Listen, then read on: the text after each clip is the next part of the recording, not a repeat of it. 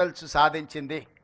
ఒక చిన్న దేశము హైదరాబాదు నగరంలో ఎంత జనాభా ఉందో టోటల్గా దేశంలోకి అంత జనాభా ఉంది. అట్లాంటి వాళ్ళు 32-34 మెడల్స్ ఒలింపిక్స్లో తెచ్చుకుంటే 140 కోట్ల జనాభా ఉన్న భారతదేశం గుడ్ల పగిచ్చి చూస్తుంది. ఇది మన దేశానికే గౌరవం కాదు.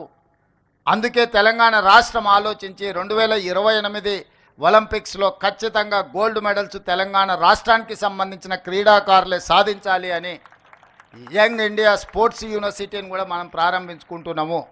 మొన్ననే మనం ఆర్డినెన్స్ తీసుకొచ్చిన అసెంబ్లీలో బిల్లు పాస్ చేసి స్పోర్ట్స్ యూనివర్సిటీతో పాటు స్పోర్ట్స్ అకాడమీ ఎవరైతే టాలెంటెడ్ పిల్లలు ఉన్నారో వాళ్ళకు పూర్తిగా గవర్నమెంట్ శిక్షణ ఇచ్చి వాళ్ళకి అన్ని వసతులు ఏర్పాటు చేసి క్రీడలలో వాళ్ళని రాణించే విధంగా వాళ్ళకి శిక్షణ ఇవ్వాలి అని ఈరోజు రాష్ట్ర ప్రభుత్వం నిర్ణయం తీసుకున్నది.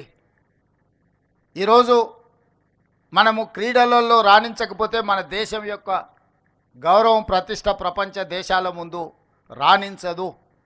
వీటన్నిటిని దృష్టిలో పెట్టుకోవాలి. మీకు తెలుసు నిఖత్ జరీన్ అని ఒక అత్యంత సామాన్యమైన కుటుంబం నిజామాబాద్ నుంచి బాక్సింగ్ ఛాంపియన్షిప్ సాధిస్తే ఆ అమ్మాయికి మనము స్పోర్ట్స్లో రాణించినందుకు DSP post group 1 DSP post డైరెక్ట్గా అన్ని మినహాయింపులు ఇచ్చేసి ఆ అమ్మాయిని డిఎస్పి అధికారిగా నియమించినాం. సిరాజ్ క్రికెట్లో రాణిస్తే అతనికి ఎడ్యుకేషన్ లేకపోయినా అతనికి పూర్తిగా రిలాక్సేషన్ ఇచ్చి అతను కూడా డిఎస్పి ఉద్యోగం ఇచ్చినాం. నేను ఎందుకు ఈ విద్యార్థుల ముందు ఇవన్నీ ప్రస్తావిస్తున్నా అంటే చదువుకుంటేనే ఉద్యోగం వస్తుంది, చదువుకుంటేనే మన లైఫ్కి ఒక భద్రత ఉంటుందని కాదు. మీరు క్రీడలలో రాణించిన డెఫినెట్గా ప్రభుత్వ ఉద్యోగాలే కాదు ప్రపంచంలో ఎన్నో అవకాశాలు ఎదురు చూస్తున్నాయి మన కోసము. క్రీడలలో రాణించండి. మల్టీ టాలెంటెడ్ ఇంతకుముందు అక్కడ పిల్లలు మరి వాళ్ళు ట్రైనింగ్ ఎవరు ఇచ్చినో అద్భుతంగా మృదంగ వాద్యం కానీ లేకపోతే ఇక్కడ నందకిషోర్ అబ్బాయి పాడిన విధానం కానీ ఇవన్నీ మీలో ఉన్న దాగిన మట్టిలో మాణిక్యాలు. మీరు వీటిని మీలో ఉన్న ఎక్స్ట్రా టాలెంట్ ఏది ఉందో టీచర్స్ కానీ ఇక్కడ ఉండే సిబ్బంది కానీ నా సూచన ఎక్స్ట్రా టాలెంటెడ్ స్టూడెంట్స్ని పికప్ చేయండి. అది స్పోర్ట్స్ కావచ్చు, గేమ్స్ కావచ్చు, అదర్వైజ్ అదర్ టాలెంట్స్ ఏవైనా ఉంటే వాళ్ళని గుర్తించండి, వాళ్ళకి శిక్షణ ఇప్పిద్దాము. వాళ్ళు భవిష్యత్తులో బాగా రాణించే విధంగా ప్రభుత్వం వాళ్ళకి అన్ని రకాల వసతులు మనం ఏర్పాటు చేద్దాము. మల్టీ టాలెంటెడ్ ఎడ్యుకేషనల్ హబ్గా మన వెల్ఫేర్ స్కూల్స్ని, కాలేజీలని, వెల్ఫేర్ హాస్టల్స్ని తీర్చిదిద్దాలి. అదేవిధంగా మా యాదయ్య గారు రోడ్ల గురించి కలిసినప్పుడల్లా ఖచ్చితంగా చేవెళ్ళ నియోజకవర్గానికి సంబంధించి అభివృద్ధి గురించి అడుగుతూనే ఉంటాడు. అదేవిధంగా ప్రిన్సిపాల్ గారు కూడా ఇక్కడ టాయిలెట్స్ విషయంలో కానీ, క్లాస్ రూమ్స్ కానీ, అదేవిధంగా స్టేడియం గురించి వీటన్నిటి గురించి అడిగినరు. తప్పకుండా ఇక్కడ శ్రీధర్ అధికారిగా ఉన్నారు, వారికి సూచన చేస్తున్నా ఈ Chilkur residential social welfare residential స్కూల్స్కి ఏ ఒక్కటి కూడా తక్కువ ఉండడానికి వీల్లేదు. ఎనీ అదర్ కార్పొరేట్ స్కూల్తోని మనం కాంపిటీట్ చేయాలి. దీనికి కావాల్సిన అన్ని అంశాలను 360 డిగ్రీస్ మీరు పరిశీలించి అన్ని ప్రతిపాదనలు తీసుకొని రండి. మనం తక్షణమే వీళ్ళకు మంజూరు చేద్దాము. ఒక మంచి వాతావరణం, ఒక గుడ్ అట్మాస్ఫియర్. 1987లో మొదలైన ఈ స్కూల్ని ఇప్పుడు మనం అప్గ్రేడ్ చేసుకోవాల్సిన అవసరం ఉన్నది. ఈరోజు ప్రపంచంతో పోటీ పడే విధంగా ఎలాంటి మౌలిక వసతులు ఉండాలనో దానికి సంబంధించి అన్ని రకాల ప్రతిపాదనలు తీసుకురండి. ఈరోజు ఇవే కాదు, SC, ST, BC, minority schools ఏవైతే ఉన్నాయో చాలా వరకు మంజూరైనా కానీ ఎవ్వరికీ ఎలాంటి వసతులు లేవు.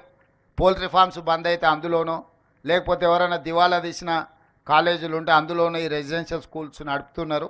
దాంతో బాగా ఇబ్బంది ఎదుర్కొంటున్నారు. అందుకే young India integrated residential schools అని ఒక నూతన విధానం, దేశంలో ఎక్కడ లేని విధానం మనం తీసుకొచ్చినాం. చేవెళ్ళకు కూడా అది ఇస్తున్నాం. అంటే ప్రతి నియోజకవర్గంలో 25 ఎకరాలలో 120 నుంచి 150 కోట్ల వరకు పెట్టుబడి పెట్టి ఒక అద్భుతంగా కార్పొరేట్ స్కూల్స్ లెవెల్లో ఇన్ఫ్రాస్ట్రక్చర్ ఇచ్చి ఎస్సీ, ఎస్టీ, బీసీ, మైనారిటీ పిల్లలందరూ 2000 నుంచి 2500 మంది విద్యార్థులు ఒకే దగ్గర చదువుకునే విధంగా ఈరోజు మౌలిక వసతులను ఏర్పాటు చేయడానికి రాష్ట్ర ప్రభుత్వం నిర్ణయం తీసుకున్నది. అందుకే విద్యాశాఖ నా దగ్గర పెట్టుకున్నా. స్వయంగా ముఖ్యమంత్రిగా నేనే పర్యవేక్షిస్తున్న వీటన్నిటినీ. Young India integrated residential schools కావచ్చు, యంగ్ ఇండియా స్కిల్స్ యూనివర్సిటీ కావచ్చు, యంగ్ ఇండియా స్పోర్ట్స్ యూనివర్సిటీ కావచ్చు, ఆల్ వెల్ఫేర్ రెసిడెన్షియల్ స్కూల్స్, వీటన్నిటిని నేనే ప్రత్యక్షంగా పర్యవేక్షించి వీటిని పూర్తిగా కోల్పోయిన ప్రతిష్టను మళ్ళీ సాధించుకునే వరకు మనందరం కష్టపడి పనిచేయాలని చెప్పి ముఖ్యమంత్రి దగ్గర ఉంటేనే అధికారులు గౌరవంతోనో భయంతోనో సామాజిక బాధ్యతతోనో పనిచేస్తారన్న ఆలోచనతోని ఈరోజు మంచి అధికారులను నియమించడం జరిగింది. ఆ అధికారులందరికీ కూడా నా సూచన, ఇది మన బాధ్యత. ఈ పిల్లలు మన పిల్లలు, వీళ్ళు ఎవరో కాదు, వాళ్ళు అనాథలు కాదు, వాళ్ళు ఈ ప్రభుత్వం ఈ రాష్ట్రం యొక్క సంపద. ఈ సంపదను తీర్చిదిద్దినప్పుడే ఈ తెలంగాణ పునర్నిర్మాణం అనేది వేగంగా మనం సాధించగలుగుతాము. ఈ యువతను మనం తెలంగాణ పునర్నిర్మాణంలో భాగస్వాములను చేయాలంటే నాణ్యమైన విద్యతో పాటు నాణ్యమైన శిక్షణ వీళ్ళకి ఇవ్వాలి, నాణ్యమైన మౌలిక వసతులను ఏర్పాటు చేయాల్సిన అవసరం మన అందరి మీద ఉన్నది. దానికి సంపూర్ణంగా ఎన్ని వేల కోట్ల రూపాయలని ఈసారి విద్యాశాఖకు 21,000 కోట్ల రూపాయలు కేటాయించినము. భవిష్యత్తులో ఇంకా నిధులు పెంచుతాము. ఇది ఖర్చు కాదు, భవిష్యత్ తరాలను నిర్మించడానికి పెడుతున్న పెట్టుబడి. ఈ పెట్టుబడి తెలంగాణను బలోపేతం చేస్తుంది, తెలంగాణను అభివృద్ధి పదం వైపు నడిపిస్తుంది, తెలంగాణ ప్రతిష్టను నిలబెడుతుంది. ఈరోజు ఈ వెల్ఫేర్ రెసిడెన్షియల్ స్కూల్స్ కాలేజెస్ మీద పెడుతున్న పెట్టుబడి మనం ఖర్చుగా చూడొద్దు, దీన్ని భవిష్యత్ తరాల పెట్టుబడిగా చూడాలి. అందుకే ఈ బాధ్యత, ఈ రెస్పాన్సిబిలిటీ నేనే తీసుకున్నా, నేనే స్వయంగా పర్యవేక్షిస్తా. భవిష్యత్తులో నేను కూడా ఎక్కడికి వెళ్ళినా రెసిడెన్షియల్ స్కూల్స్ విజిట్ చేస్తా, పిల్లలతో ఇంటరాక్ట్ అవుతా, మీ నాణ్యమైన భోజనం ఏ విధంగా ఉందో పరిశీలిస్తా.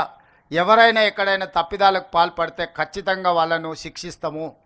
మీరు స్పష్టంగా గుర్తుపెట్టుకోండి, ఎవరైతే బాధ్యత ఉందో. నేను విద్యార్థులకు కూడా మీరు మెస్ కమిటీలాగా పెట్టుకోండి. నేను అధికారులకు కూడా సూచన చేస్తున్నా.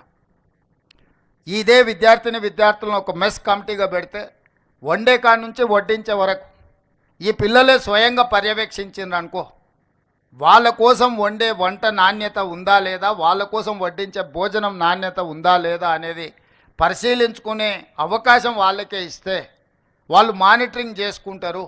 ఎక్కడైనా తప్పిదం జరిగితే వాళ్ళే సరిదిద్దుకునే అవకాశం ఉంటుంది. కాబట్టి ఆల్ రెసిడెన్షియల్ స్కూల్స్లో నేను అధికారులకు సూచన చేస్తున్నా, మెస్ మేనేజ్మెంట్ కమిటీలను విద్యార్థుల నుంచి ఒక కమిటీని ఫామ్ చేసి వాళ్ళ నుంచే కొంతమందిని వంట వండే కాడ నుంచి పరిశీలించడానికి పెట్టుకుంటే వాళ్ళే సూపర్వైజ్ చేసుకుంటారు. వాళ్ళకు కూడా ఒక అవగాహన పెరుగుతుంది. వాళ్ళకి మనం ఎంత ఛార్జెస్ ఇస్తున్నాం, ఎంత ఖర్చు పెడుతున్నాం, ఎంతమంది విద్యార్థులు ఉన్నారు, ఏమైనా లెక్కలు తప్పు రాస్తున్నామా, లేకపోతే వాళ్ళకి మనం ఇస్తున్న నిధులు సరిపోతున్నాయా లేదా వాళ్ళే అంచనా వేసుకుంటే వాళ్ళు స్పష్టంగా ఒక మంచి కార్యక్రమాన్ని తీసుకోవడానికి అవకాశం ఉంటుంది. మెస్ మేనేజ్మెంట్ కమిటీలలో కూడా ఈ పిల్లల్నే భాగస్వాములను చేసి ఆ కమిటీలుగా వేయాల్సిందిగా అధికారులకు ఆదేశాలు ఇస్తూ మీ అందరికీ మరొకసారి ఇప్పటి